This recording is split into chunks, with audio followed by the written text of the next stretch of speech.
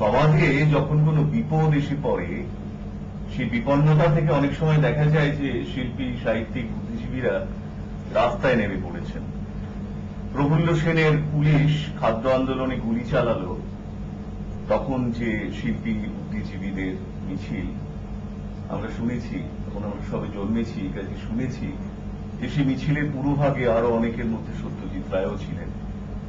কিংবা হালে আমরা নন্দীগ্রাম, সিঙ্গুরেও দেখেছি রাস্তায় নেমে পড়ে প্রতিবাদ।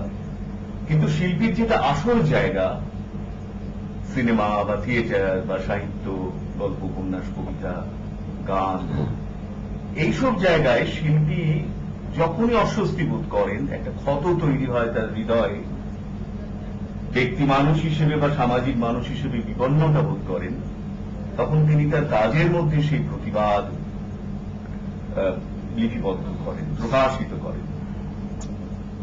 আমাদের হাতে সম্প্রতি একটা বই এসছে, বইটার নাম হেমন নাবল। সুকুমার রায়ের আবুল তাবলের যে কবিতাগুলো, আমার ভাবতে ভালো লাগছে যে আবুল তাবলের কবিতাগুলো উপেন্দ্র কিশোর এবং স্বয়ং সুকুমার সম্পাদিত যে কাগজে বেরিয়েছিল, পরবর্তীকালে আমিও কিছুদিন সে কাগজের সম্পাদক ছিলাম।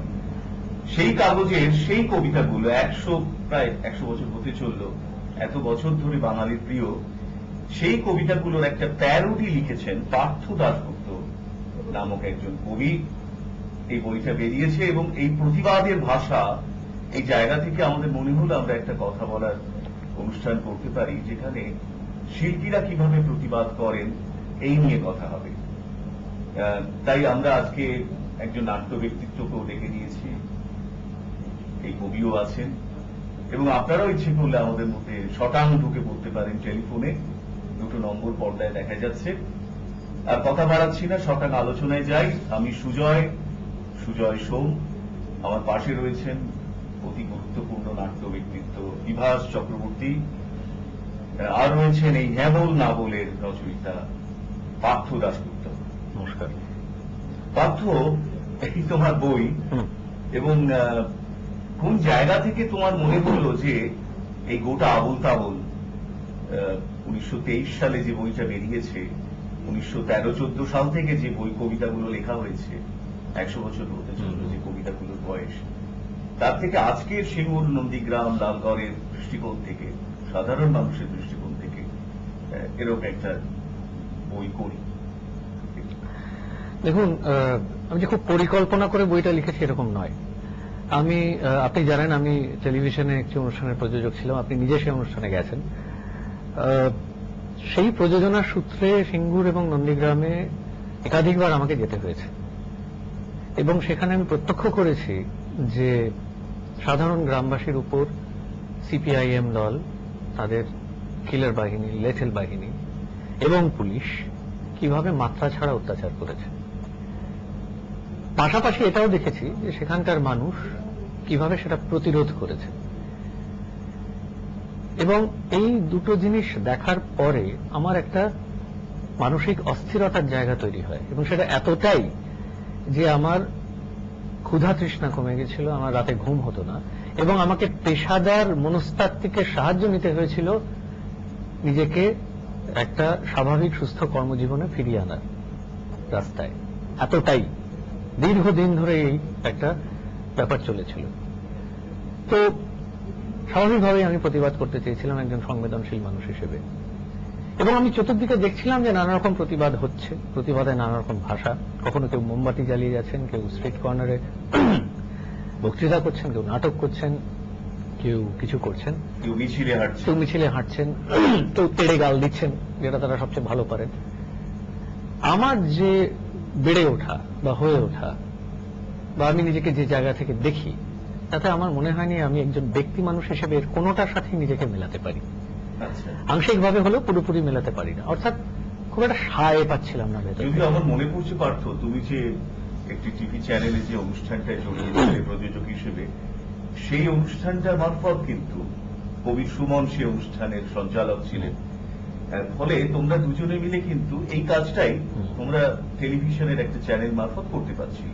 সেটা আমরা আর করতে পারলাম না বিভিন্ন কারণে, সেটা আলোচনার প্রেক্ষাপট এটা নয়, সেই কাজটা আমাদের বন্ধ করে দিতে হলো। কিন্তু যাই হোক, আমাদের প্রতিবাদটা জারি রাখা জরুরি ছিল। কবি সুমন তার পথ বেছে নিয়েছেন, যেটা একান্তভাবেই তার পথ, সেটা আমার পথ নয়। ফলে আমি সেই পথে যাইনি, বা আমার সেই যোগ্যতা বা সেই অবস্থান নেই সামাজিকভাবে যে আমি সেই পথটা দিতে পারি। কিন্তু যে রাস্তাগুলো আমি দেখেছি সেই রাস্তাগুলো আমার কাছে ব্যক্তিগতভাবে খুব একটা গ্রহণযোগ্য বলে মনে হয়নি। যেখানে একজন মহিলাকে তার ভাইপোদের এবং ভাগ্নেদের দিয়ে, ছেলের বয়সী ছেলেদের দিয়ে একাধিক্রমে রাতের পর রাত বন্দুকের নল থেকে ধর্ষণ করা হয়, তাদের যৌনাঙ্গে গরু বাঁধার খুঁট ঢুকিয়ে দেওয়া হয়, বন্দুকের নল ঢুকিয়ে দেওয়া হয়, এবং তারা এতই অনুভূতিহীন হয়ে পড়েন যে সেগুলো আমাদের তারা দেখান। আমার মনে হয়নি এটা মোমবাতি জ্বালিয়ে রবীন্দ্র সদন প্রদক্ষিণ করবার বিষয়। একটা কালাশনিকভ রাইফেল কেমন দেখতে আমি জানি না, সেটা হাতে তুলতে কেমন লাগে সেটাও জানি না, বা একটা অপশ্রিয়মান ছায়ামূর্তির পিঠ লক্ষ্য করে সেটা থেকে গুলি ছুটতে কিভাবে হয় সেটাও জানি না। তবে আপনাকে বলতে পারি, যদি জানতাম তাহলেই বইটা আমার লেখার দরকার হতো না। আমার ঘৃণা এবং ক্রোধ এমন একটা জায়গায় পৌঁছেছিল। তো এই জায়গায় পৌঁছে বিভাসদা আপনার জন্য বলতে ইচ্ছে করছে, পার্থর যে প্রতিক্রিয়াটা আমরা শুনলাম, পার্থর প্রতিক্রিয়া খুবই ওর মতো করে প্রতিক্রিয়া, এবং আমি সেটা উপলব্ধি করতে পারি। আমি তার প্রতি সম্পূর্ণ শ্রদ্ধাশীল। আমারও তো এই মুহূর্তে মাঝে মাঝে মনে হচ্ছে, ধরো এই যে লালগড়ে পুলিশ না হলে নির্বাচন হবে না, প্রশাসন, অনেকেই যারা প্রতিবাদী তাদের মধ্যে অনেকে বলছে সত্যিই তো এটা নির্বাচন তো করতেই হবে, আর পুলিশকে তো ঢুকতেই হবে, কিংবা প্রশাসনকে তো ঢুকতেই হবে। তাদের কাছে প্রশ্ন আমার যে, তাহলে কেশপুরে যে ঢুকতে পারছে না বিরোধী পক্ষ, কেশপুরে যে 10 বছর ধরে ঢুকতে পারছে না, তাহলে কি এদের উত্তর কি তাহলে ওই মাওবাদীরাই ঠিক এদের উত্তর? আমি বলছি নকশালরাই যে এই যে গুলি চালিয়ে করছে তারাই কি উত্তর এদের? কারণ গণতন্ত্রের নাম করব অথচ সম্পূর্ণ বিপরীত কাজগুলো করে যাব। এবং ওই যে কালাশনিকভের কথা যেটা বললো সেই প্রসঙ্গেই আসে। কিন্তু আমাকে যদি প্রতিবাদের কথা বলো, হ্যাঁ, নাটকের মধ্যে দিয়ে আমরা চিরকালই প্রতিবাদ করে এসেছি। সেটা মানে কোন একটা বিশেষ সমসাময়িক ঘটনাকে ধরে নয়, যদিও অনেক সময় ঘটনা আবার প্রভাবিত করে আমাদের, কিন্তু আমরা কোনোকালই কোনো সমসাময়িক ঘটনাকে মানে আশ্রয় করে কোনো নাটক লিখে প্রতিবাদ করিনি, কিংবা প্রচার নাটক করিনি। আমার মতো মানুষরা কখনোই করিনি। কিন্তু প্রতিবাদী নাটক আমরা বারে বারে দেখি। কিন্তু আমি এখানে বলে নিচ্ছি, কিন্তু এই জায়গায় যখন একজন অনেকে প্রশ্ন করেন, আপনি নাটকের মধ্যে দিয়ে না করে কেন এরকম ভাবে তাদের কাছে বলার এইটাই যে আমার নাটক কজন দেখে, তার ইম্প্যাক্ট কি, এই বিষয়টা আমি সম্পূর্ণ জানি। বেশিরভাগ লোকই এই ঢোকার আগে পার্থই একজনকে জিজ্ঞেস করছিল, যে আপনাকে দেখেছি, পার্থ জিজ্ঞেস করছিল যে ওনার নাটক দেখেছেন, ওর না। তাহলে আমি 50 বছর ধরে থিয়েটার করছি, তো দেখেনি। হ্যাঁ, আমি দোষ দিই না, কারণ আমাদের আমি জানি হ্যাঁ আমাদের দর্শক কতজন কারা। সেই জায়গায় আমার মনে হচ্ছিল এক একটা সময় আসে যখন কিন্তু ওই আমি আমার লেখা নিয়েই থাকবো, এর বাইরে আমি বেরোবো না, ইত্যাদি ইত্যাদি। এর বাইরেও বেরোতে হয়, এটা ইতিহাস বলে বেরোতে হয়।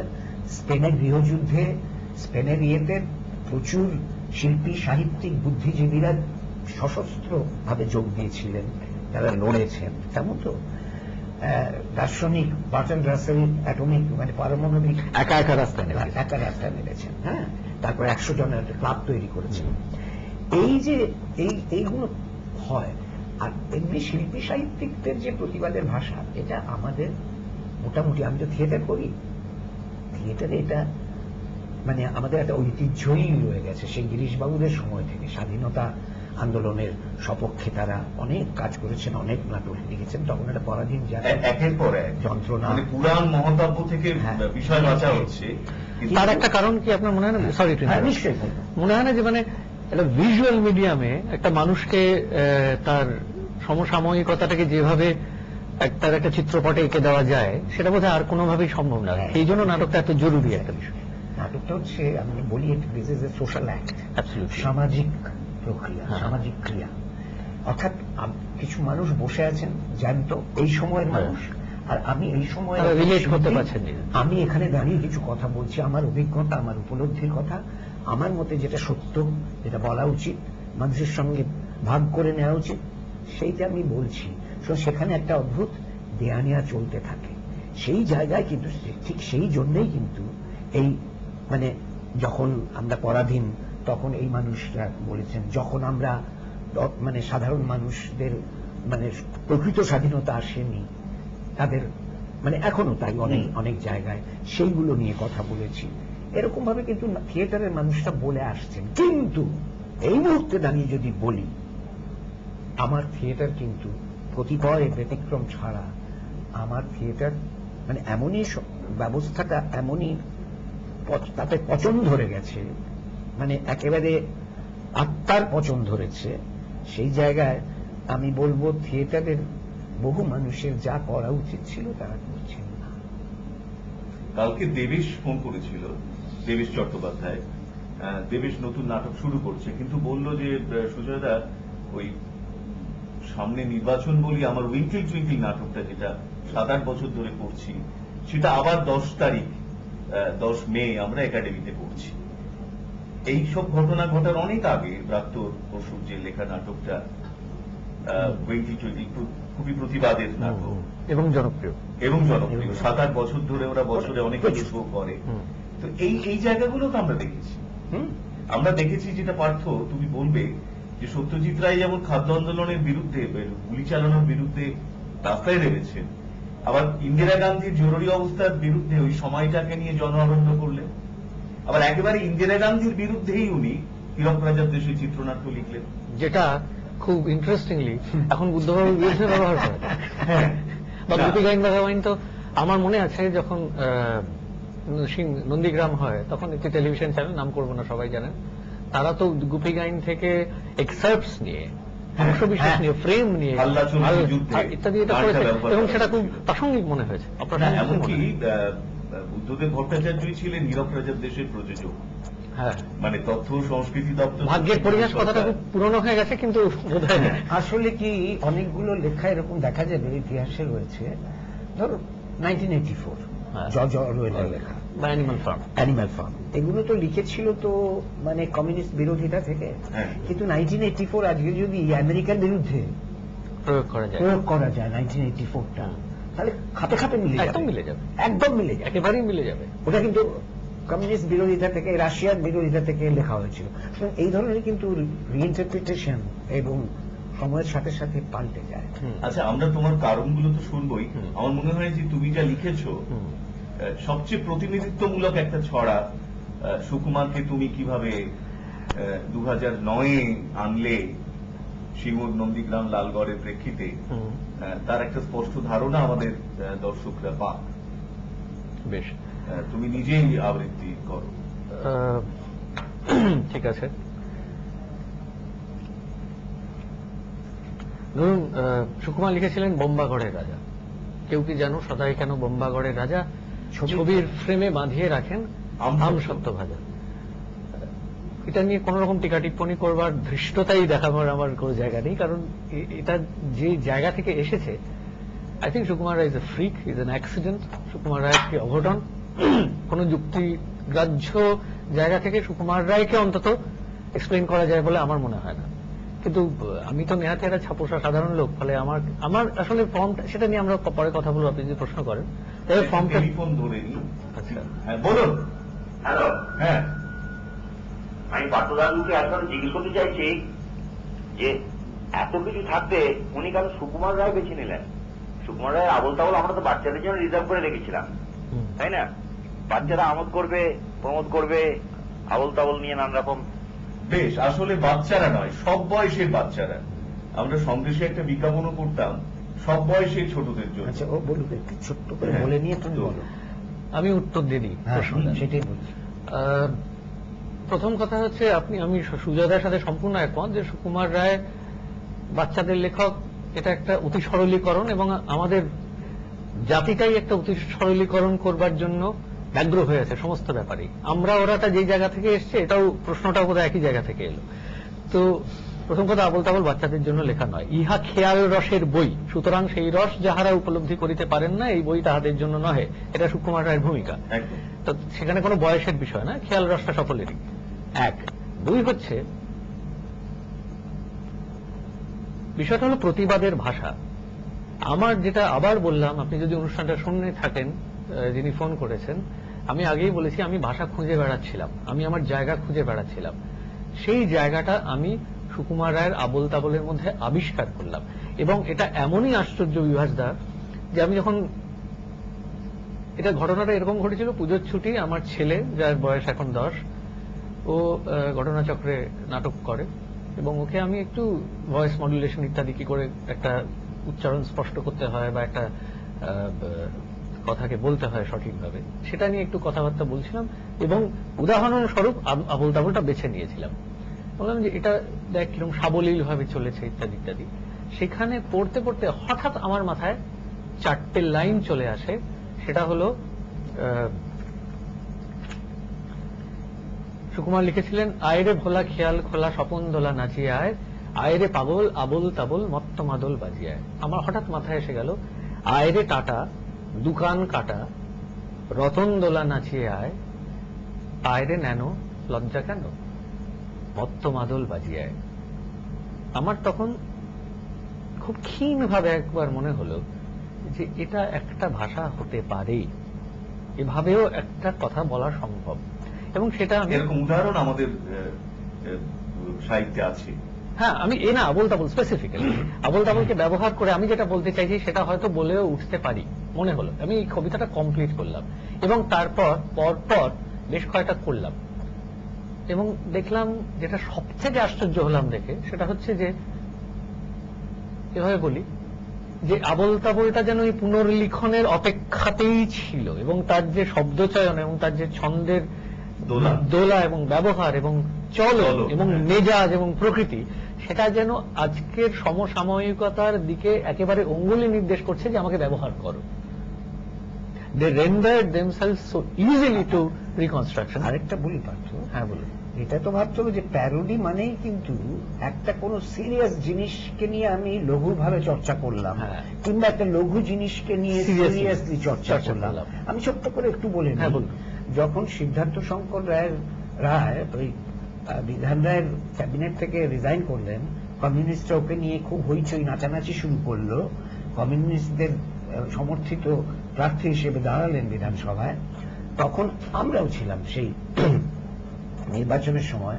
একটা গান গাইতাম আমরা, দুষ্টু ছেলেটা ঢিল মেরেছে কংস দাদাদের টাকে, অর্থাৎ ঢিল মেরেছে ভীমরুলেরই চাকে।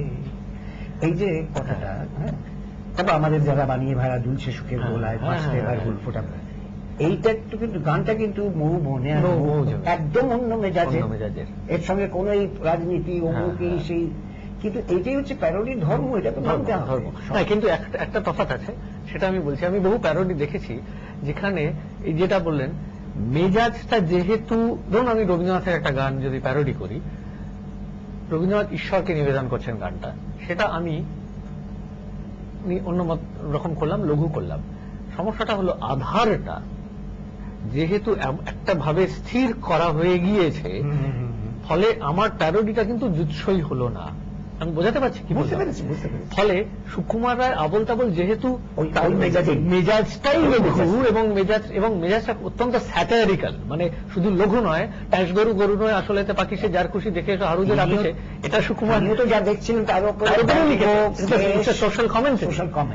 আবল তাবল আগা পাশতলা একটি সোশ্যাল কমেন্টারি, সুকুমার রায়ের সমসাময়িক জগৎকে একটু ফিল্টার দিয়ে দেখা। কথাও বলা যায় পার্থ, আবল তাবল বইটা কি গুপি গাইন বাঘা বাইন সিনেমাটা যতই ছোটদের জন্য চিহ্নিত হোক, যত বিভিন্ন বয়সে তুমি দেখবে হ্যাঁ, তার তো অন্যরকম তত অভিঘাত, নতুন মানে, নতুন অভিঘাত পাল্টে যাবে, অভিঘাত পাল্টে যাবে। সেই জন্যই উনি যে প্রশ্নটা করলেন তার উত্তর মানে আবল তাবল, এই জন্য নির্বাচন আচ্ছা, করলাম আমি আবল তাবলের যে কবিতা- টাইমলেস ফর্ম, যেটা 500 বছর বাদেও একই রকম উজ্জ্বল থাকবে। তুমি কবিতাটা বাছো, আমার একটা ছোট্ট গল্প মনে পড়লো। হ্যাঁ, বলুন। শান্তিনিকেতনে একটা চড়ুইভাতি হয়েছে। হুম। রবীন্দ্রনাথ একবার ঘুরে গেলেন, সন্ধ্যেবেলা যখন আড্ডা বসেছে তখন জিজ্ঞেস করলেন যে কেমন হলো আজকে চড়ুইভাতি পিকনিক। সুকুমার রায় ছিলেন সেই পিকনিকে, উনি গান গেয়ে উঠলেন, সেই তো ভালো লেগেছিল, আলুর নাচন পাতায় পাতায়, আলুর নাচন হাতায় হাতায়, হাতায় হাতায়। মানে একদম গেয়ে উঠলেন, সেই তো ভালো লেগেছিল, আলুর নাচন হাতায় হাতায় ইত্যাদি। পুরো গানটা, মানে গানটার অনেকখানি উনি রবীন্দ্রনাথ শুনিয়ে তো সুকুমার স্বয়ং করেছেন এই কাজ, সুকুমার স্বয়ং এই প্যারোডিটা করেছে রবীন্দ্রনাথের সামনে, রবীন্দ্রনাথের সামনে সৃষ্টি এবং ওই রকম একটা গভীর মানে খুবই গানকে দিয়ে। নিয়ে এরকম চ্যাংড়ামি। কিন্তু আমার চ্যাংড়ামি করার কোনো উদ্দেশ্য ছিল না। এক, দ্বিতীয় কথা হচ্ছে বারবার এটা বুঝতে হবে, এটা আমি বলে লোকে ক্লান্ত হয়ে গেছি যে আমি ফর্মটা এটা বেছেছি এবং লোকের আপাতভাবে মনে হচ্ছে এটা লঘু এবং হাসির। দয়া করে বোঝার চেষ্টা করুন, এটা আমার অত্যন্ত যন্ত্রণার এবং কান্নার এবং ঘৃণার এবং আক্রোশের একটা জায়গা থেকে এটা, সে তো বললি হ্যাঁ, এটা করা হয়েছে। এটা তোমার কালাশনিকভ, এটা আমার বন্দুক। আমি বন্দুক তুলতে পারিনি, পেন তুলেছি। আমি করেছি বঙ্গদেশের রাজা, নাম বলবার জন্য কোনো পুরস্কার নেই। কেউ কি জানো সদাই কেন বঙ্গদেশের রাজা ঠোঁটের কোণে ঝুলিয়ে রাখে শিল্প আয়ন ভাজা? শিল্পায়ন কথাটা খুব চলছে, আমার ধারণা 99 জন লোক 100 জনের মধ্যে মানেটা জানেন না, খায় না মাথায় মাখে। সেই জন্য আমি শিল্প এবং আয়ন দুটোকে ভাজা হচ্ছে এই অর্থে, এবং ছন্দবদ্ধতারও যে দায়বদ্ধতাটা সেটা বজায় রাখার জন্য এভাবে। নন্দলাল বসুর একটা বই আছে শিল্পায়ন নামে। হ্যাঁ, সে তো অন্য শিল্প। রাজার মাথায় অষ্টপ্রহর কেন গোবর পোড়া, কেন রাজার মুখে শুধুই আমরা এবং ওরা, কেন সেথায় চল্লেগুলি ডিগবাজি খায় লোকে, আধার রাতে বামন কেন সূর্য দেখে চোখে। সূর্যোদয় কথাটা নতুন মানে পেয়ে গেছে পশ্চিমবঙ্গ। ওস্তাদেরা কেন সবাই টিভিতে ভিড় করে, আমরা ওস্তাদ নই আশা করি, মানে আমরা ওইভাবে বলছি না, কিন্তু এটাও অভিজ্ঞতা। মরলে মানুষ কংগ্রেসীদের কুম্ভীরাশ্রু ঝরে, চুক্তি কেন মন্ত্রী মশাই ডুবিয়ে রাখে ঘিয়ে, কেন টাটার বিছনা পাতে 3 ফসলা দিয়ে, সভায় কেন চেঁচায় রাজা শিল্প শিল্প বলে, মন্ত্রী কেন চুক্তি বাজায় বসে টাটার কোলে, দেওয়াল ঝুড়ে ঝোলায় কেন তত্ত্ব পচা গলা, খিদিরপুরে টুপি পরে রাজার সেলিম শালা। অসাম্প্রদায়িক দল এরা।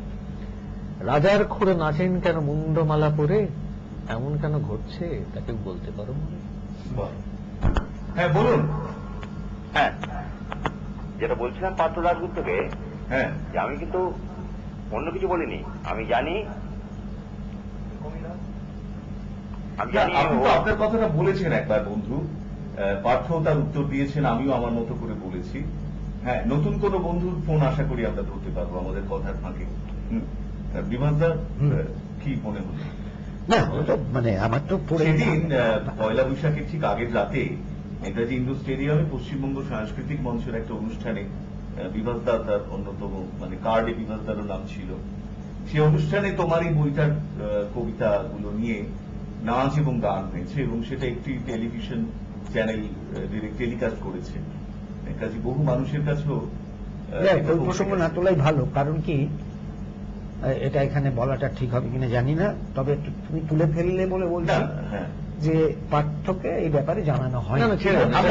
আমরা এই আলোচনা করছি, এটা আলোচনা বিষয়। হ্যাঁ, কিন্তু যাই হোক, এবার তুমি বলো, আমাকে কি জিজ্ঞেস করছি? না, এই যে আপনি যখন অদ্ভুত আঘাত করেছেন, সোয়াই কালো যুদ্ধে করছেন, আপনি যখন আপনার মাধ্যমে রাস্তায় নামা তো এক জিনিস আপনি তার কারণ বললেন, সেইখানে আপনার দুটো একটা উদাহরণ দিয়ে বলা যায় যে কোন জায়গা থেকে এই কাজগুলো আপনাকে করতে আপনি বাধ্য হয়েছেন। আমরা যদি আজকের অনুষ্ঠানের শিরোনাম দিয়েছি প্রতিবাদের ভাষা। দেখো, আমি যে প্রথম যে নাটকটা আমার দলকে প্রতিষ্ঠা দিয়েছে, আমাকেও নির্দেশক হিসেবে খানিকটা মানে প্রতিষ্ঠা বলবো না, মানে আমি পায়ের তলায় মানে মাটি হ্যাঁ, দিয়েছে। না ওই যে বলে না সিনে এসেছি, সেই রকম আর কি। হ্যাঁ, সেটা হচ্ছে রাজরক্ত। রাজরক্ত। রাজরক্ত হচ্ছে 70-এর দশকে নাটকটা তৈরি, এবং মোহিতের মানে এর আগে যে মোহিত যে কায়দায় নাটক লিখতেন, একটু অ্যাবসার্ডিস্ট বলা হতো, কিনীতিবাদী বলা হতো, এখানে কিন্তু অনেকটা কাব্যিক ভাষায়, এবং সেখানে রাজনীতির কথা, তৎকালীন যে রাজনীতি চলছে সেইটার কথা, এবং ইউথের যে মানে যৌবনের যে প্রতিষ্ঠান বিরোধিতা তখন দেখেছি আমরা চারদিকে 70-এর দশকে, সেইটা নিয়ে কিন্তু নাটকটা, সেটা স্বাভাবিকভাবেই আমাকে প্রচন্ড আকর্ষণ করেছে, আমার দলকে আকর্ষণ করেছে, আমার বন্ধুদের আকর্ষণ করেছে আমার দলে। তখন আমরা এই নাটকটা করি। পরে যখন আমি এখন বসে বসে ভাবি, আমার নাটকের সব নাটকগুলোই যখন এক এক করে রাজরক্ত, চাক ভাঙা মধু, এমনকি মানে তোমার একটা ছিল নরক গুলজার এমার্জেন্সি পিরিয়ডে, কিংবা যখন মহাকালীর বাচ্চা, কিংবা তোমার সোয়াই গেল যুদ্ধে, সবসময় দেখি যে তার সঙ্গে, সে বিস্তারিতভাবে এটা বলার জায়গাটা নয়, তার সঙ্গে কিন্তু সমসময়টা কিভাবে যুক্ত হয়ে গেছে। খুব যে একটা মানে এইবারে এই নাটকটা করতে হবে কিন্তু ভেবে করছি তা নয়, কিন্তু নাটক তো সময়েরই কথা বলে। সেই জন্য বলছি যে ঠিক সময়ের কথা, আমি যখন নাটকের মাধ্যমে কিছু বলতে যাচ্ছি সময়েরই কথা এসে যাচ্ছে, যেটা প্রথমেই বললে যে এটা তো সময়েরই কথা বলে, এবং ওই সমাজ মানে যে সমাজের মধ্যে আমরা বাস করছি সেই সমাজের সমস্ত কিছু তাপ উত্তাপ, যন্ত্রণা, এগুলো তো আমাকে সহ্য করতে হচ্ছে আমাদেরকে। সুতরাং একজন শিল্পী, বিশেষ করে থিয়েটারের মতো শিল্পী, যেটা প্রত্যক্ষভাবে মানুষের কথা বলছে, মানুষের সঙ্গে বলছে, মানুষের সামনে বলছে, এসে যায়। তেমনি আমি দেখি যে প্রত্যেকটা নাটকের মধ্যেই মানে সেই রাজরক্ত থেকে আরম্ভ করে 71 সালে সেই চাক ভাঙা মধু থেকে শুরু করে একেবারে যেটা তুমি বলছো মৃত্যু না হত্যা, কিংবা অদ্ভুত আধার, টুইঙ্কেল টুইঙ্কেলের আগে অদ্ভুত আধার, এবং তারও আগে হচ্ছেটা কি, দাঁড়িয়ে ফোন নাটক নিয়ে ওয়ান্স মোর দাঁড়িয়ে ফোন নাটকটা আশ্রয় করেছি অনেকটা ওর মতো, সুকুমার রায়ের মতোই বলা চলে। কারণ দাঁড়িয়ে ফোন যে কায়দায় লিখতেন, যে মেজাজে লিখতেন, কমেডিয়া দে লার্টের মেজাজে, ভাড়ামির মধ্যে দিয়ে, এর মধ্যে দিয়ে ব্যঙ্গ, বিদ্রুপ, শ্লেষ, ভাড়ামি, এগুলোর মধ্যে আমার মনে হলো যে এইটার শ্রেষ্ঠ উপায় সময়টাকে ধরার জন্য। ঠিক সেই সব ভেবেই কিন্তু একের পর এক এই নাটকগুলো করেছি। আরেকটা কথা আমার একটু সরি ইন্টারাপ্ট করলাম, আমার মনে হয় আপনি হয়তো এগ্রি করবেন, আপনাকে যদি আমি তেড়ে গালি দিই বা আপনার দিকে আঙুল তুলি বা আপনাকে কুৎসিত ভাষায় আক্রমণ করি, আপনি আমাকে তার একটা পাল্টা দিতে পারেন, কিন্তু আমি যদি আপনাকে ব্যঙ্গ করি এবং আরো চড়িয়ে আরো খারাপ ভাষা ব্যবহার করতে পারেন, কিন্তু আমি যদি আপনাকে বিঁধতে পারি, শ্লেষ দিয়ে বিঁধতে পারি বা অবজ্ঞা করি, বা আপনার এমন একটা মূর্তি লোকের সামনে আঁকি যেটা দেখে লোকে হাসে, আমার মনে হয় তাতে কাজটা অনেক বেশি হয়, কাজটা বেশি হয়। ফলে হিউমার যদি সুপ্রযুক্ত হয়, এইটা কিন্তু বাঙালির একটা মুশকিল আছে, জানো, বাঙালিরা মানে রসিকতা করা কিংবা রস্যবোধ যেগুলো শ্লেষ বিদ্রুপ এগুলো দিয়ে বললে ঠিক তারা ভাবে ইস এত একটা সিরিয়াস জিনিস। আমার মনে হয় সোয়াই গেল যুদ্ধে আমি যখন করি, বিশ্বযুদ্ধের মতো এরকম একটা সিরিয়াস ব্যাপার নিয়ে এরকম হাসি মজার, আমি শুনুন যে লিখেছে এসেছে সে জার্মানি থেকে বিতাড়িত হয়েছিল, পালিয়ে যেতে বাধ্য হয়েছিল ফ্যাসিস্টদের আক্রমণে, হিটলারের আক্রমণে। আমাদের ইয়ের যুদ্ধের মধ্যে ছিলেন মানে ওই সময় আমাদের ওই চার্লি চ্যাপলিন, তারা যদি হিটলারকে নিয়ে ওই রকম ব্যঙ্গ বিদ্রুপ করতে পারে, আমরা এত দূরের লোকরা বসে আছি, আমরা মানুষ খুব সিরিয়াস, হাইপার সিরিয়াস হয়ে যুদ্ধের বিরুদ্ধে একটা সাম্রাজ্যবাদী শক্তি এবং কিংবা ফ্যাসিবাদের বিরুদ্ধে একটা বক্তৃতা, এইগুলো মানে বাঙালির কতগুলো ভণ্ডামি আছে ভাই। হ্যাঁ, সেই এই যে খোলা মনে যে এইগুলো গ্রহণ করার মতো একটা মেজাজ, মানসিকতা, এই খোলা মনটা নেই। একেবারেই তাই, একেবারেই তাই। মানে এবং হিউমার জিনিসটা মুশকিল হচ্ছে, either you have it or you don't have it. Rabindranath Charulata শুরু করছেন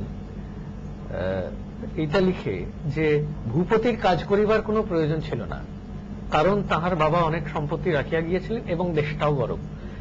এবার আপনার তো আমার কথা হচ্ছে এই যে অডিয়েন্স রবীন্দ্রনাথ কল্পনা করেছিলেন, আমি বিভাসদার সম্পূর্ণ একমত যে সেই অডিয়েন্স তখন ছিল যে এই লাইনটা পরে এই যে আপনি হাসলেন, এই হাসিটা হাসবে এবং মজাটা নেবে। এখন একটা লোককে বোঝাতে হবে যে দেশটা গরম বলিতে রবীন্দ্রনাথ কি বুঝাইয়াছেন। হ্যাঁ বলুন।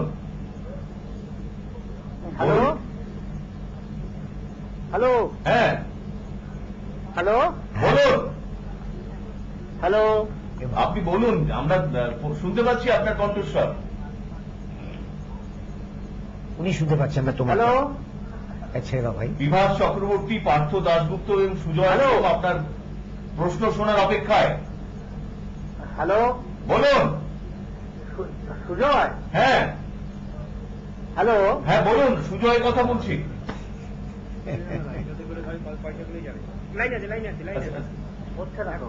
আচ্ছা, কোনো কারণে বুঝতে পেরেছি। তিনি আমাদের হয়তো উনি শুনতে পাচ্ছেন না, আমাদের হ্যাঁ হ্যাঁ শুনতে আর পাচ্ছি। সুজয় বলে যখন সুজয় বললেন পরিচিত মানুষ হবে। হ্যাঁ।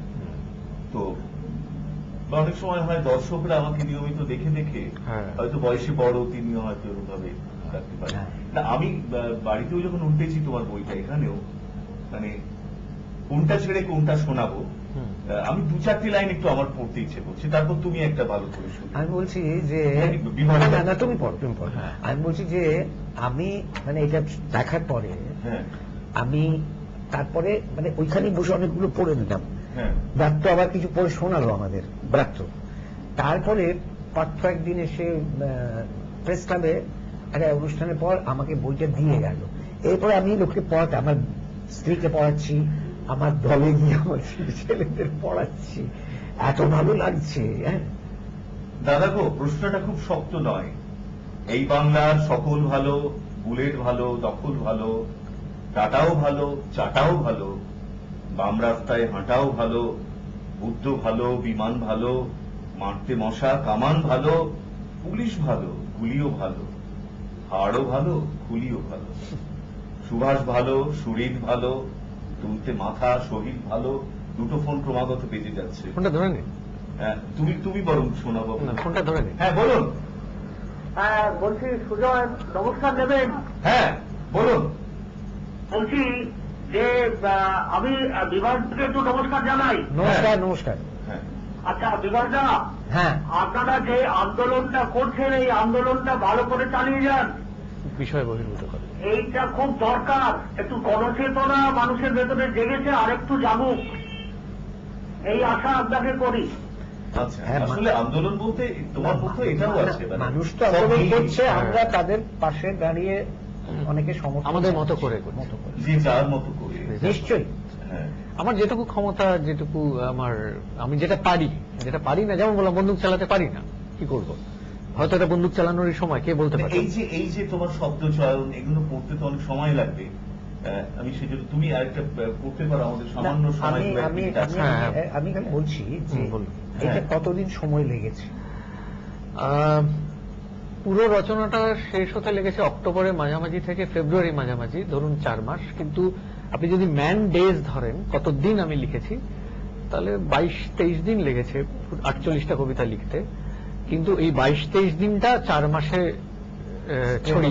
ছড়িয়ে আছে, কারণ তার ভাবতে হয়েছে অনেক রকম ভাবে, কাটাকুটি করতে হয়েছে, রিজেক্ট করতে হয়েছে। কারণ আমার মাথায় সবচেয়ে এইটা ফর্মটা চুজ করবার পরে আমার প্রথম যেটা মাথায় এসে গেল সেটা হচ্ছে যে অবধারিত ভাবে আবুল তাবুলের সাথে এটা একটা তুলনা হবে এবং সেক্ষেত্রে আমাকে কাঠগড়ায় দাঁড়াতে হবে। ফলে সুকুমার রায়ের, অনেকে আমাকে বলেছেন সুজয়দা যে তোমার তো ভারী দুঃসাহস ভাই, কলকাতা শহরের বুকে বসে তুমি এরকম শাসক দলের প্রতি এরকম নাম করে করে লিখেছ। এমন সেটা দুঃসাহস নয়, সেটা তো একটা রিপুর ব্যাপার, হয় একটা রিপু, আমি জয় করলাম বা করলাম না, ঠিক আছে।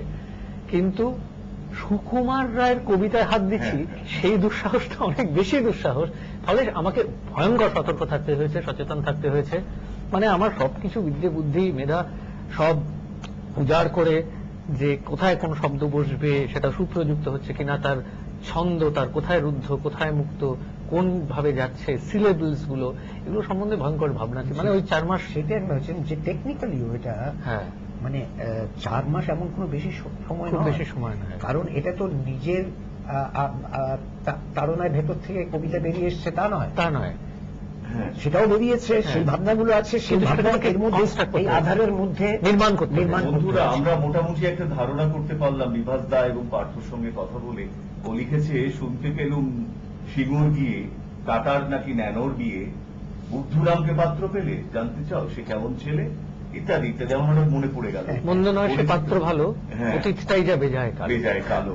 তো বন্ধুরা, আমরা মোটামুটি ভাবে শিল্পীরা তাদের নিজেদের জায়গায় যে কাজটা করেন, প্রতিবাদী কাজটা, সমাজ বিপন্ন হলে, এই নিয়ে একটা সামান্য কথা বলার চেষ্টা করলাম। দুজন গুরুত্বপূর্ণ মানুষ, বিশেষ করে বিভাস চক্রবর্তী। বিশেষ করে কেন সবাই না, পার্থ তো আমাদের, আমি তো সবে শুরু করেছি, আপনি তো প্রমাণ আমরা রেখেছেন। আশা করি এই গোটা জিনিসটার উপলব্ধি করলেন এবং উপভোগ করলেন। এই বলে আমাদের আজকের কথা বলা শেষ করছি। নমস্কার।